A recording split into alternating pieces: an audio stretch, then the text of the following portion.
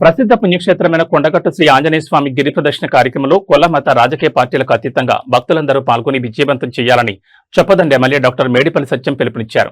కరీంనగర్లో నిర్వహించిన విలేకరుల సమావేశంలో ఆయన మాట్లాడుతూ కొండగట్టు ఆంజనేయ స్వామి క్షేత్రం తెలంగాణతో పాటు ఛత్తీస్గఢ్, మహారాష్ట్ర తదితర రాష్ట్రాల నుంచి వచ్చే భక్తుల కోరికలు తీర్చే మహిమాన్విత పుణ్యక్షేత్రమని అన్నారు.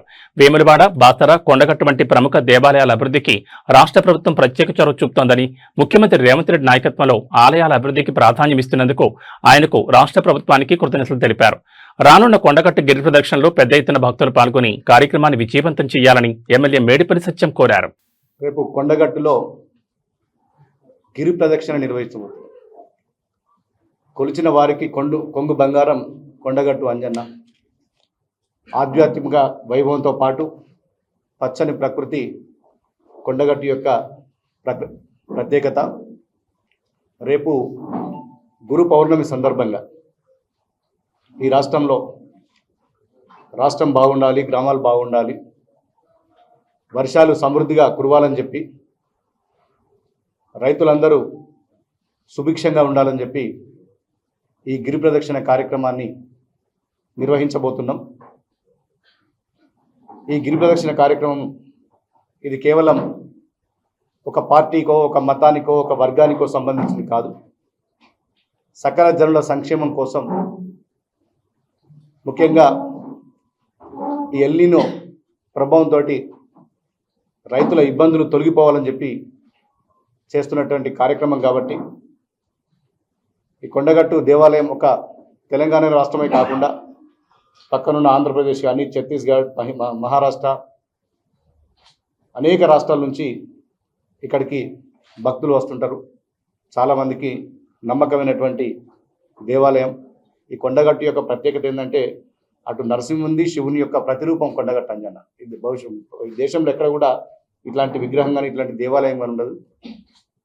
ప్రతి ఒక్కరు కూడా కోరుకున్న కోరికలని తీర్చే దేవాలయం కాబట్టి ప్రతి ఒక్కరు కూడా ఈ రాష్ట్రంలో కులాలకు, మతాలకు, పార్టీలకు, వర్గాలకు అతీతంగా కొండగట్టు గిరి ప్రదక్షిణలో పాల్గొనాలని చెప్పి నేను అందరినీ వేడుకుంటున్నాను. ఇప్పటికే తెలంగాణ రాష్ట్ర ప్రభుత్వం, గౌరవ ముఖ్యమంత్రి రేవంత్ రెడ్డి గారి నాయకత్వంలో అనేక దేవాలయాలు అభివృద్ధి చేస్తున్నారు. గత ప్రభుత్వం ఉన్నప్పుడు యాదాద్రిని ఏ విధంగా డెవలప్ చేసిందో ఇప్పుడు ఈ దక్షిణ కాశీగా పేరు వచ్చినటువంటి వేములవాడ కానీ, బాసర, కాళేశ్వరం, ధర్మపురి, అదేవిధంగా కొండగట్టు ఆలయాల అభివృద్ధి కోసం ప్రత్యేకంగా చొరవ తీసుకుంటున్నాడు. గౌరవ ముఖ్యమంత్రి గారికి, రాష్ట్ర ప్రభుత్వానికి ప్రత్యేకంగా నేను ధన్యవాదాలు తెలియజేస్తున్నాను. రేపు జరిగే ఈ కార్యక్రమంలో రాష్ట్రానికి చెందినటువంటి మంత్రులు పొన్నం ప్రభాకర్ గారు, అదేవిధంగా అడ్లూరి లక్ష్మణ్ కుమార్ గారు కూడా హాజరు కాబోతున్నారు. రేపు ఉదయం 5 గంటలకు ఈ గిరి ప్రదక్షిణ కార్యక్రమం ప్రారంభమవుతుంది. నేను మీ అందరికీ కలిసే ఉద్దేశం ఏంటంటే మిమ్మల్ని కూడా స్వయంగా ఆహ్వానించి ఈ గిరి ప్రదక్షిణ యొక్క ప్రాముఖ్యతను, ముఖ్యంగా ఎందుకంటే రైతులు చాలా ఇబ్బందులు ఎదుర్కొంటారు, రైతులకు ఒక భరోసా ఇవ్వాలి, పార్టీలకు అతీతంగా, రాజకీయాలకు అతీతంగా అని చెప్పి మిమ్మల్ని కూడా ఇన్వాల్వ్ చేద్దామని చెప్పి మిమ్మల్ని ప్రత్యేకంగా ఆహ్వానించడానికి ఇక్కడ ఈ కార్యక్రమం, ఈ ప్రెస్ మీట్ నిర్వహిస్తుందని చెప్తున్నాం. ఎందుకంటే గతంలో ఎన్నడూ లేని విధంగా ఈసారి రాబోతుందని చెప్పి, కరువు రాబోతుందని శాస్త్రవేత్తలు చెప్తున్నారు. ఇట్లాంటి సందర్భంలో మనం అందరికీ రైతులకు ఒక భరోసాను, ఒక నమ్మకాన్ని, రైతులందరికీ మేము అండగా ఉంటామని చెప్పి ఒక నినాదాన్ని, ఒక భరోసాను రైతన్నలకు ఇవ్వాలని చెప్పి ఈ ఆధ్యాత్మిక కార్యక్రమం తీసుకున్నాం. ఇది పూర్తిగా రాజకీయాలకు, పార్టీలకు పూర్తిగా దూరంగా కేవలం ఆధ్యాత్మిక కార్యక్రమంగానే చూడాలని చెప్పి వేడుకుంటున్నాను.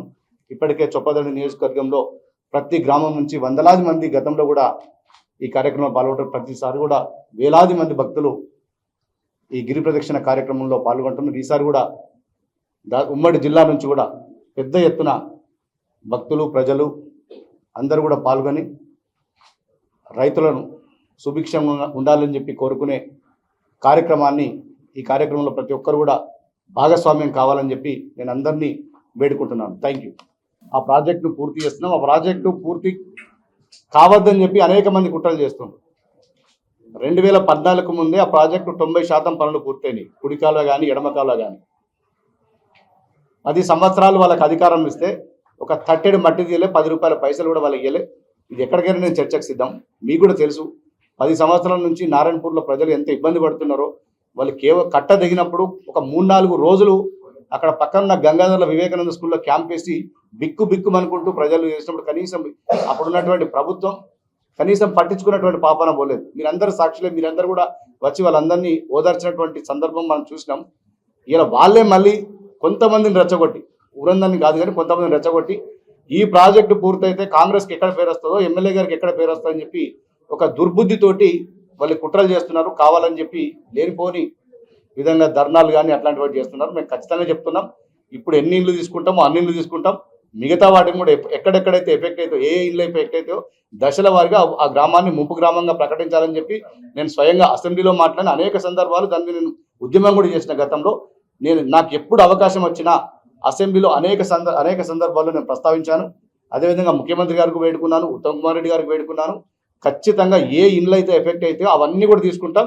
నిజంగా ఊరంతా ఎఫెక్ట్ అయితే, మన ప్రాజెక్టు పూర్తయితే ఎన్ని ఇళ్ళు ఎఫెక్ట్ అయితే అవన్నీ కూడా తీసుకునే కార్యక్రమం చేస్తాం. నేను గతంలో చెప్పిన దశల వారీగా ముంపు గ్రామంగా ప్రకటించే కార్యక్రమం చేస్తామని చెప్పి దానికి కట్టుబడి ఉంటాం. ఆ 40 కుటుంబాలు సెలెక్ట్ చేసింది మేము కాదండి, అది గత ప్రభుత్వం బీఆర్ఎస్ ఉన్నప్పుడే ఏదైతే ముంపు గురవుతున్నాయో ఇండ్లు అని చెప్పి గత ప్రభుత్వం ఉన్నప్పుడు వాళ్ళే, గతంలో ఉన్నటువంటి ఇంజనీర్లు అధికారులు ఆ 40 వాళ్ళే చేసిండ్రు. మేడిపల్లి సత్యం చేయలేదు, మేడిపల్లి సత్యం చెందినటువంటి ఇంజనీర్లు చేయలేదు. ఎందుకంటే దానికి సంబంధించినటువంటి డాక్యుమెంట్స్ అన్ని వాళ్ళ దగ్గర ఉన్నాయి. 2014 నుంచి 23 మధ్యలో ఈ 40 ఇళ్ళు ఎఫెక్ట్ అవుతున్నాయని చెప్పి అప్పుడు స్మితా సబర్వాల్ వీళ్ళందరూ వచ్చి ఈ 40 ఇళ్ళు తీసుకోవాలని చెప్పారు. నేను కాదు చెప్పింది. అదే ఇళ్ళు ఇప్పుడు తీసుకోవడానికి దానికి సంబంధించి మేము పరిహారం ఇప్పించిన వాళ్ళకి కనీసం ఒక 10 రూపాయలు పరిహారం ఇప్పించాలి 10 ఏళ్ళ అధికారం నుండి. నేను వచ్చినాక 23.5 కోట్లు విడుదల చేసిన, మళ్ళీ 20 కోట్లు కూడా ఇప్పుడు విడుదలకు రెడీగా ఉన్నాయి. మొత్తం గ్రామాన్ని తీసుకోవాలని నాకు కూడా ఉంది.